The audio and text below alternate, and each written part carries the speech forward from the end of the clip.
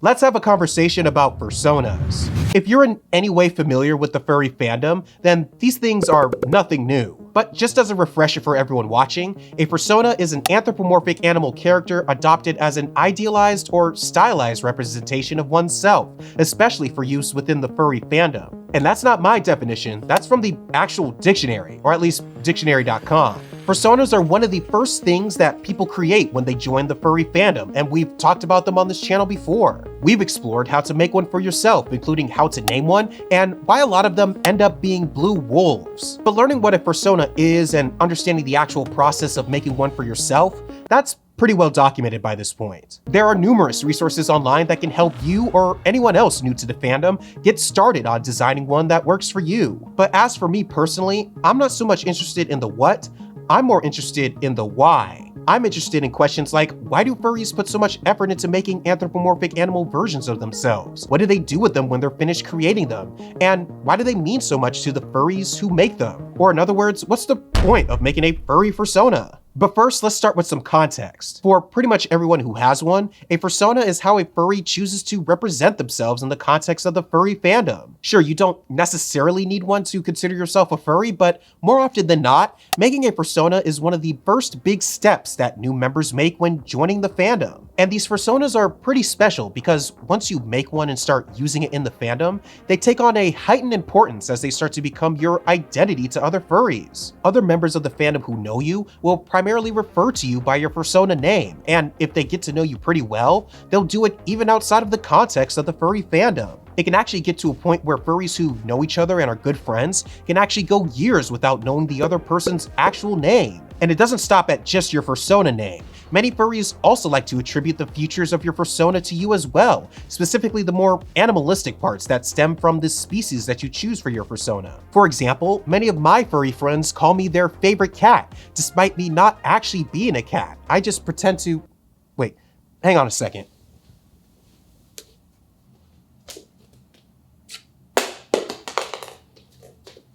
Sorry about that, that was really bothering me. Anyways, back to me not being a cat. The point is that your fursona is how you are perceived by other members of the furry fandom, and because you have complete control over how it looks and feels, many furries take the process of creating their fursona pretty seriously. They may take weeks coming up with the perfect name, go back and forth multiple times before settling on a species or a combination of two or more, and they might even go through several rounds of revisions on something as minuscule as the shade of the color of their fur. I can personally attest to that last point. But again, all we've done so far is go over what fursonas simply are and the purpose they end up serving in the fandom. We've been talking more about the ends, not so much the means. What we want to know is why fursonas exist in the first place and why furries go through all of that trouble to create one for themselves. I mean, like, even if furries all wanted to go by a different name than their actual names for privacy or just contextual reasons, why do they have to make a full-on character to match it? Gamers don't do that, and they refer to each other by their gamer tags just fine. And okay, sure, the furry fandom is rooted in art, and I get that too, but if that's the case, why use the portmanteau of fursonas, implying a mix of furry and persona? Because on the surface, fursonas might not seem like something all that different from original characters from the world of art. For those unfamiliar, the idea of an original character or an OC is that they are a fictional character that is created by an artist and derives from a piece of fan work, but isn't officially part of the world or canon from where that character was derived from. Basically, when creating an OC, you are taking the base idea and design of actual characters from a piece of media, putting your own spin on it, and presenting it as your own. You can find these everywhere in the art world, especially online. Pick any semi-popular media franchise and you'll find OCs for it. It's how many artists, including furry ones, get their start in drawing. So if you take the idea of an original character and apply it to the furry fandom, don't fursonas seem like the results of that equation? The argument here being that the characters are not being derived from an existing universe or IP, but from the more general idea of anthropomorphic animals, and furries can draw upon their own personal interpretation of that idea, take cues from some of their favorite animals and colors, and create an OC that represents who they are as a furry. Right? Well, if I'm honest, fundamentally that is all true, but fursonas for furries carry on a lot more roles than just being what they're called and how they want to look like in the context of the furry fandom. Fursonas not only represent a furry's interpretation of what they would look like as an anthropomorphic animal, but they also represent how they would act as well. Furries actually give their fursonas temperament, disposition, and personality traits that represent who the individual behind the sona is, or even aspires to be as a real person. Alright, now even I'll admit that that's a pretty abstract idea, but let's try to tackle it by generalizing what furries do with the personalities of their fursonas. While there are technically many character traits that one could add here for their sonas, for most furries, they usually come down to three main categories. The personality of their fursonas can be represented by either A, who they are as an individual person, B, an ideal version of themselves, or C, someone they can try new things with. Let's start with that first one because it's the most straightforward. Many members of the fandom give their fursonas the same personality traits that they would normally have as individuals. Here, let's give an example. Let's say I'm creating a fursona for myself, which I know it's a little bit recursive to make one for how you see me now, but just work with me here. Let's say that fin represents a fursona that I made that represents who I am now. And yep, that's your cue to come on down. Oh, sorry about that. Hello everyone.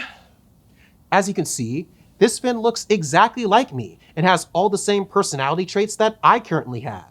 He's just as expressive, loves making people smile just as much as I do, and just as loud.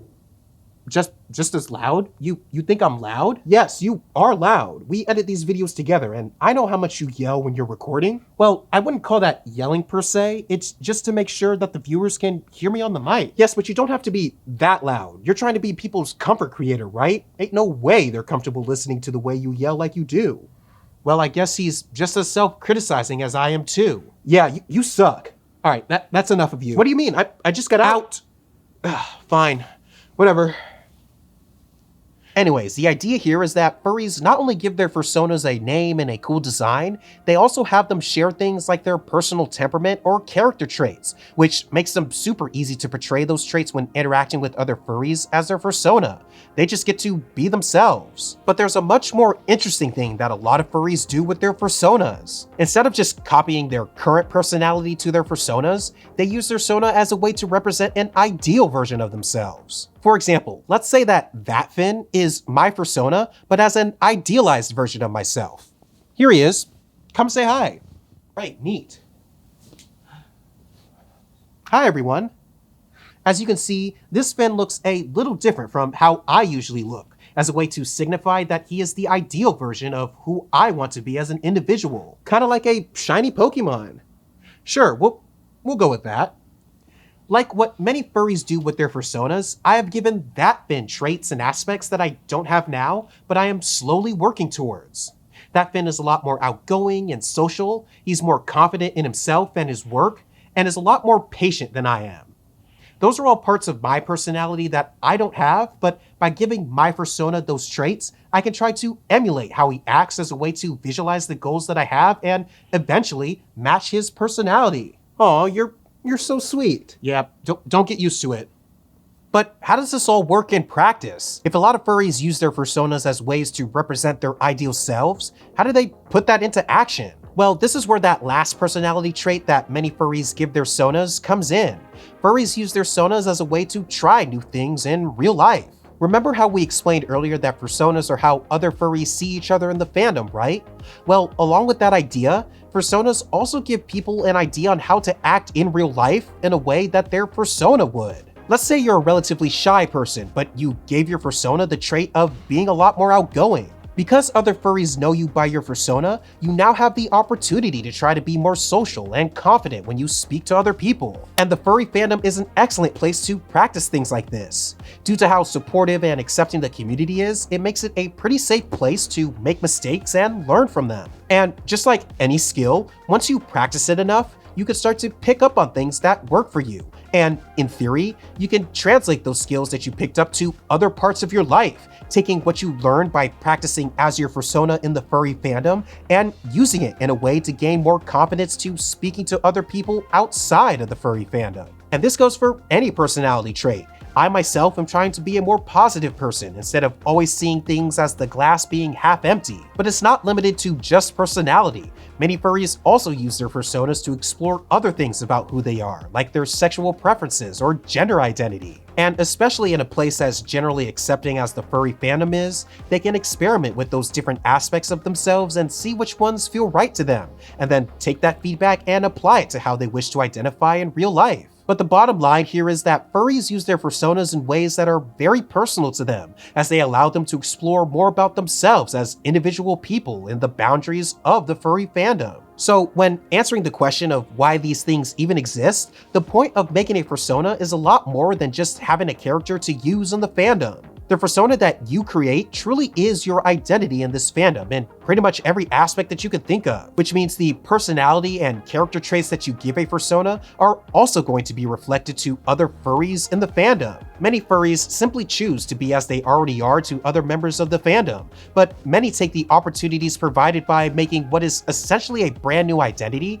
and use it as a source of inspiration and practice towards being someone whom they've always wished they could be. Combine that with the support that the furry fandom provides for its members, and acting like your fursona can be an excellent way on improving yourself as a person. So, while yes, they are essentially the original characters of the furry fandom, fursonas take on the important role of representing a lot more of who the individual behind that fursona is as an actual person. If you really think about it, they really do embody the persona of their creator, just with a lot more fur. Anyways, that's been it.